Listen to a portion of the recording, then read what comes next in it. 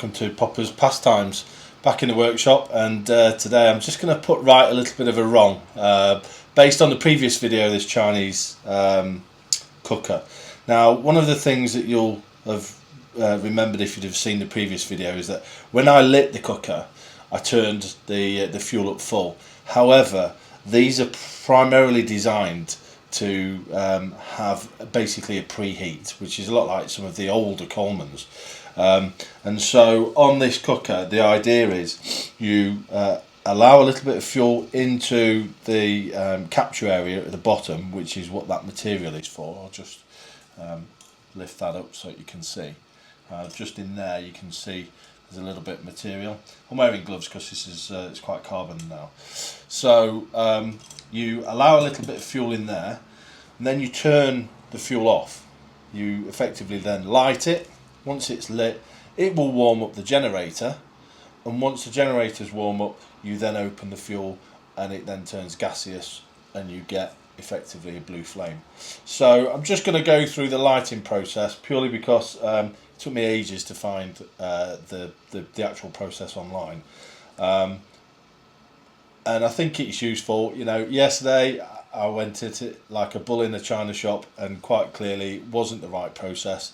It's the right process for a Coleman, but you know, this isn't a Coleman, although it, you know, on some levels it's probably pretending to be. Now I've replaced basically the fuel clip.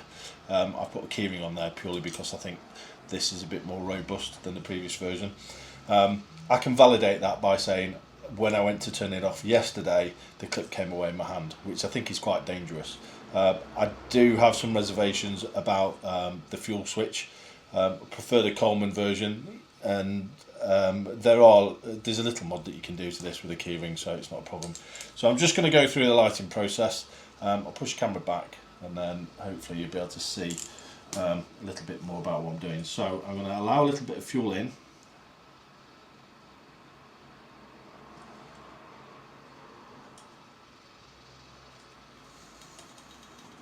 Okay, so there's a tiny little bit of fuel in there. I've got the door open, just going to light it.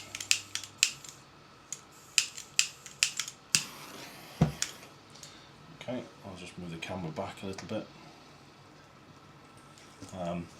Now, there is no fuel going into that at the moment. It's still quite smoky. You can see the flames dying down now, and that's purely because the amount of fuel that I've let into it is burning off. But what it's doing at this point is it's heating up that generator.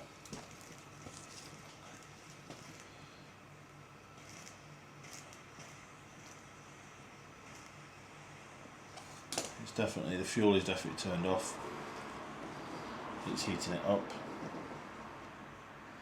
and as the yellow flame begins to subside, you can open the fuel, and then you'll get your blue flame.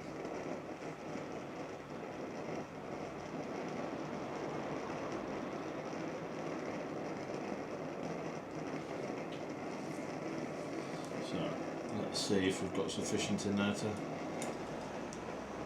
get the blue flame.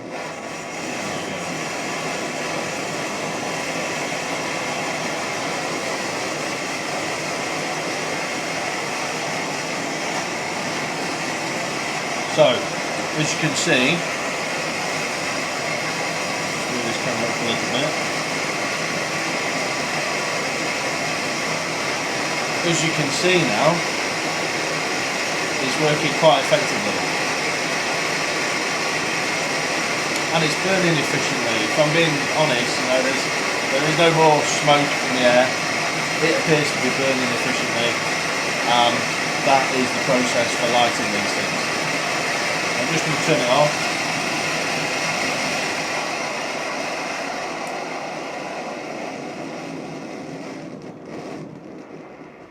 Now, that said, there's a couple of problems I still have, or issues I still have with the cooker itself. I don't particularly like the priming pump. I'm not keen at all on the way that you turn it on and off. and I do think if you're going to be in a camp environment, it is a little bit faffy going through the process of having to pre-prime it and then light it.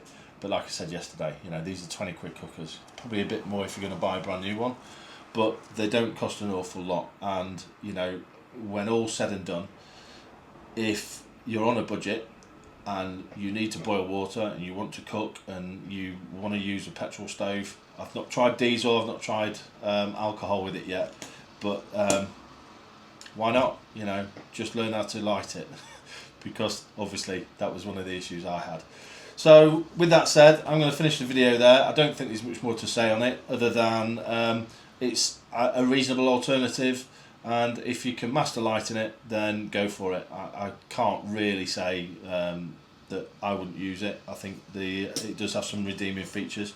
The feet are great, steadies the pans, steadies the kettle, and you know, the footprint is relatively small really for a self-contained unit. You don't have to buy canisters, you don't have to put anything in addition into your bag, just a little bit of fuel.